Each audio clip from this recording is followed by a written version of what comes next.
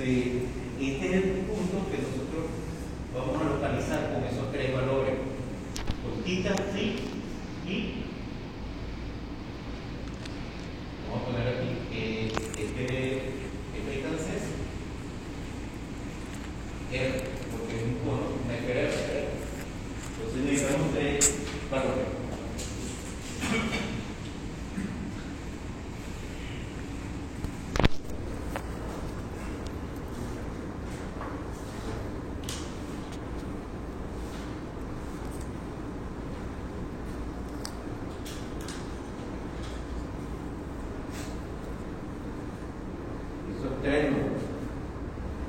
Noten aquí algo.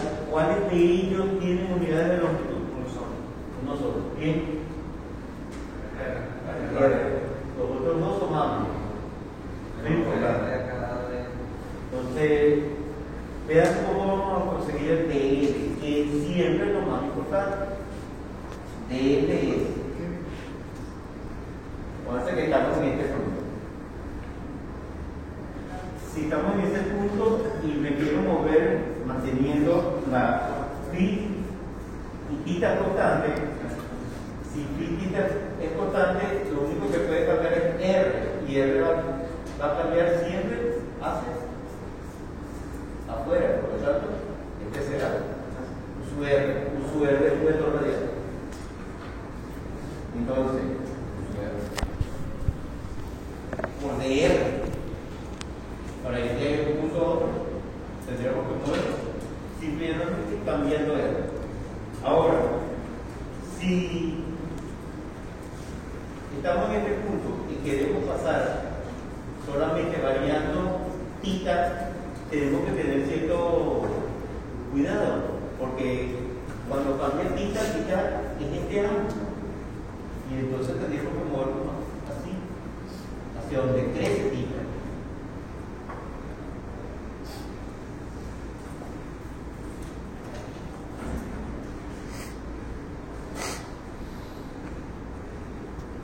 Pero, noten lo siguiente, paso de aquí a un punto cercano. La longitud de un arco de circunferencia es el radio por el ángulo. Por lo tanto,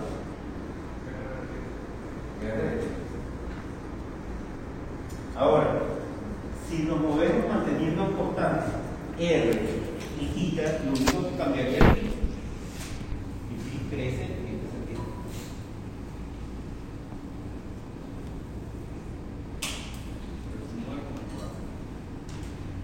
Y aquí hay un pequeño problema, y es que nuevamente es la longitud de un arco de circunferencia, pero la circunferencia tiene por radio este pedacito, y ese pedacito es el radio por el seno.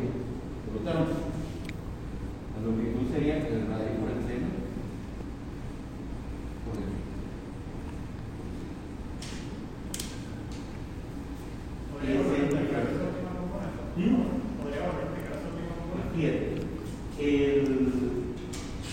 Si mantenemos constante R, estamos en la esfera de radio R.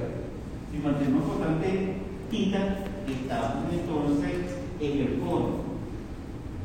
Entonces, la intersección de la esfera de radio R con el cono es justamente una circunferencia. Y la longitud de un arco de circunferencia es el radio por el ángulo. Pero el radio va desde aquí. Si nosotros observamos, tendríamos R, cambio por θ, y desde Z.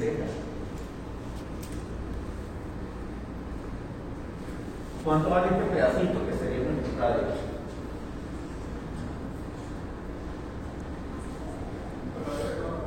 El radio del cono por el centímetro. Y si eso lo muevo por el ángulo ahora sí es fijo. Entonces el radio por el ángulo sería el pedacito de longitud. Entonces este es el diferencial de longitud. Ahora, noten aquí lo siguiente: estos tres vectores unitarios, un de ρ que va hacia afuera, un de phi que entra y un de θ que viene así. Si nosotros observamos, podemos poner esto en cierto orden. ¿Quién es el primero de los vectores? R.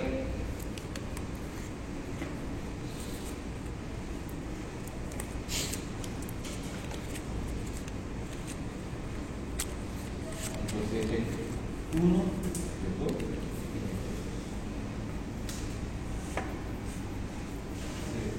theta, por la regla de la moneda. Entonces, para determinar un vector, un punto, tenemos que poner entonces aquí lo puse al revés. Su R, que es un de theta, y el otro es 1, 2, 3. Ahora, ayúdenme. ¿Cuántos van a tener los factores métricos?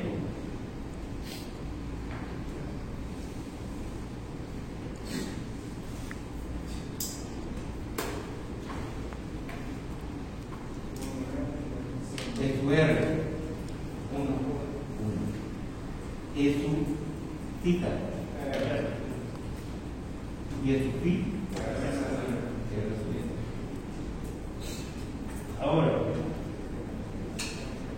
vamos a calcular los diferenciales de superficie.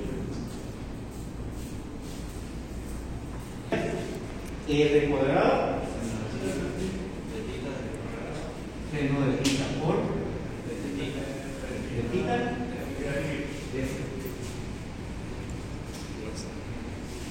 ds sub theta sería un sub theta por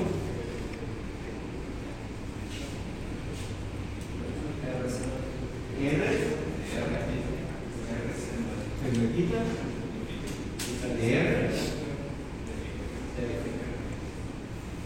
y de subir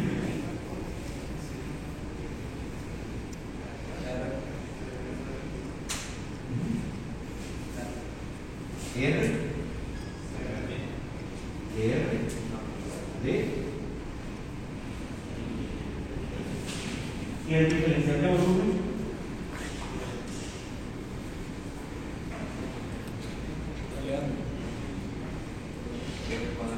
R cuadrado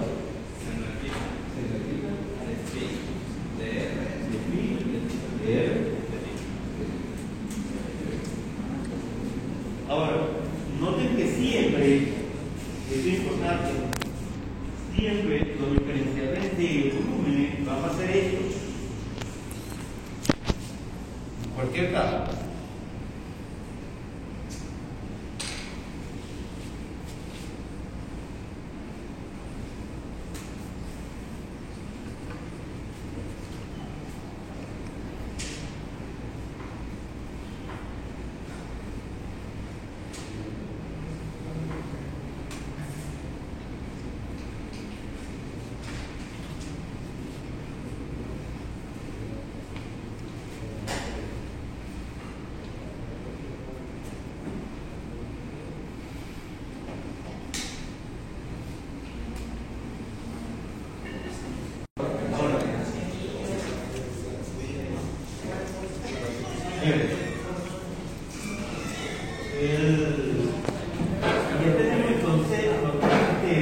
Este es válido, pero en el caso de los sistemas que estamos viendo, también es válido lo siguiente: cuando estamos hablando de estos diferenciales, no se dan cuenta que incluyen siempre la multiplicación de los factores métricos de los otros ejes.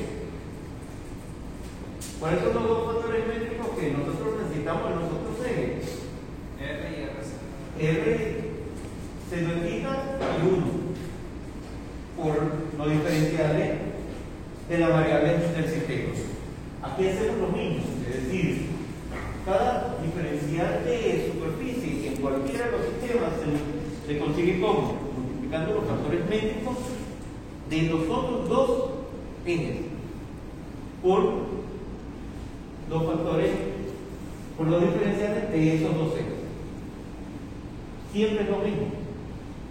Y la orientación, que es la orientación del vector unitario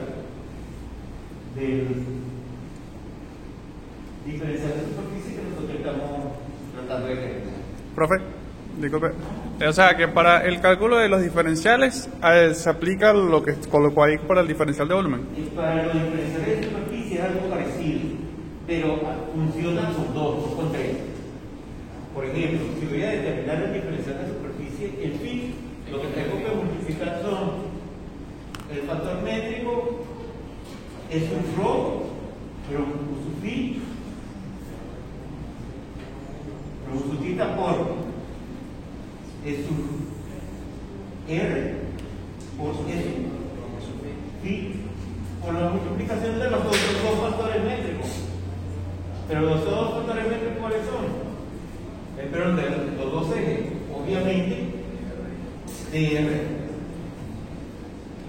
y de phi. Esto mismo lo puedo hacer aquí, uso R. ¿Cuáles son los otros dos factores métricos que los factores métricos que involucran aquí son es su phi y es su tita?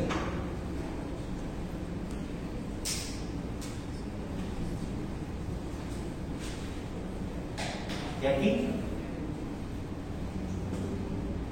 ¿cuáles serían los factores métricos? Es su R y es su tita.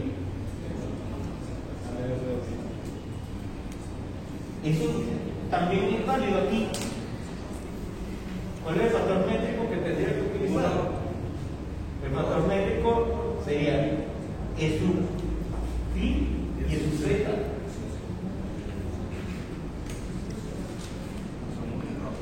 Y aquí, ¿qué tendría que poner? Es su rho y es su zeta.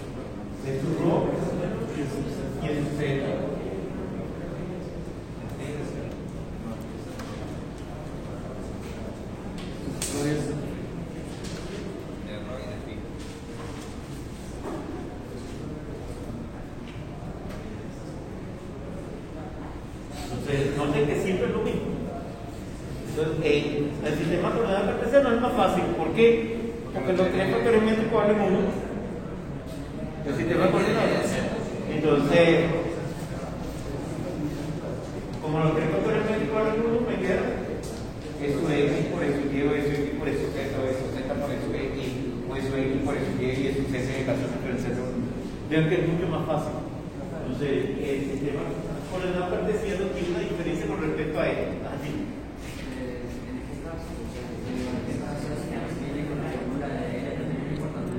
Sí, la más importante siempre es la de entonces, nuevamente, esta es la más importante de todas las primera. En todos los sistemas coordenados, si sabemos el DR, ya sabemos mucho, porque al saber el DR, ya puedo construir todos los vectores que yo quiera o el diferencial de volumen. Si quiero conocer el de C sub R, multiplico esto por esto. De C sub pi, multiplico esto por esto. De C sub pi, multiplico esto por esto. Y ya tendría entonces los vectores, el diferencial de superficie. Y si quiero el diferencial de volumen, es esto, por esto, por esto. Es decir, lo que multiplica de R, de aquí y de aquí. Entonces, noten que es relativamente sencillo. Ya sabemos entonces cuáles son los tres sistemas coordenados. Pero ahí, en el sistema coordenado, tengo que hacer una aclaratoria importante. Sí, puede tener realmente cualquier valor. Muchas veces se restringe de 0 hasta 360 grados, pero se habla radial. Ojo, en estos sistemas coordenados los ángulos están en radial. Eso es importante. ¿Por qué están en radiales? Porque estas cositas que están acá deben en unidad de longitud, no pueden estar en grados. Entonces los ángulos están en radiales. Tanto en el sistema cilíndrico como en el sistema esférico, los ángulos vienen en radiales. Otra cosa importante es que si notamos nuestros tres sistemas de coordenadas, nos va a ocurrir que a veces es más fácil trabajar los sistemas que en otros. Por ejemplo, ¿Qué pasa si nosotros hubiésemos tenido una carga eléctrica aquí? ¿Hacia dónde va el campo? Pues el campo sale de la carga eléctrica. ¿Qué dirección tendrá el campo? La dirección de la carga usuario. Por tanto, ese campo en coordenadas esféricas es muy fácil. El campo sería simplemente algo que tendría una sola componente. Pero, si este vector usuario lo descompongo en Y y Z, ya me queda entonces algo que tiene tres componentes. Coordenadas esféricas tendría tres componentes. Coordenadas esféricas tiene uno. Queda conveniente. Muchas veces entonces uno tiene que tener cuidado, porque a veces un problema puede ser muy complejo, un sistema coordenado y extremadamente sencillo en otro. Entonces, la práctica nos lleva muchas veces a eso, pero lo explico porque, vean, la estrategia es la siguiente: si ustedes ven esferas, vamos a usar esferas. ¿Por qué? Porque ¿cuál es la forma en la cual nosotros definiríamos, por ejemplo, una esfera en coordenadas esféricas? Si la esfera está centrada en el origen, y simplemente R igual una cosa, que es el radio de la esfera. Pero en coordenadas cartesianas, ¿cuál será esa fórmula? X cuadrado más Y cuadrado más S cuadrado igual al radio cuadrado, y es más complejo. Entonces, en el caso de un cilindro que tenga como eje el eje Z, ¿cuál es la fórmula que sería la fórmula del cilindro? Simple y llanamente ρ igual una constante. En coordenadas cartesianas, X cuadrado más Y cuadrado igual constante. Vean, es más complicado. En esférica ni me pongo a decir la forma del cilindro, porque es mucho más complicado todavía. Entonces, vean, lo que les pido entonces que vean es que muchas veces la elección del sistema de referencia nos ayuda, porque nos disminuye la complejidad, pero no solamente eso.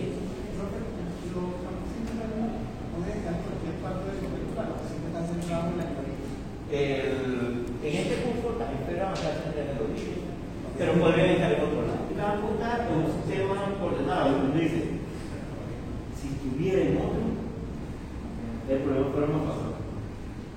Entonces, ¿qué es lo que uno tendría que hacer?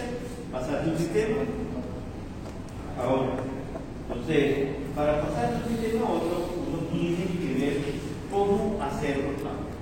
Entonces, esos cambios de sistema no son complejos, pero nosotros necesitamos ver aquí lo siguiente. O sea, ustedes ya vieron álgebra. Entonces, una de las cosas que uno ve en álgebra tiene que ver con matrices. Entonces, vamos a hablar de cierto tipo de matrices que nos va a permitir hacer la conversión de un sistema a otro. Para convertir de un sistema a otro vamos a realmente requerir dos cosas. Esas dos cosas son cambiar las variables y cambiar los vectores unitarios. Por ejemplo, si yo tengo un campo en coordenadas cartesianas, lo quiero llevar a física, tengo que convertir la X, Y, Z en ρ, φ y Z.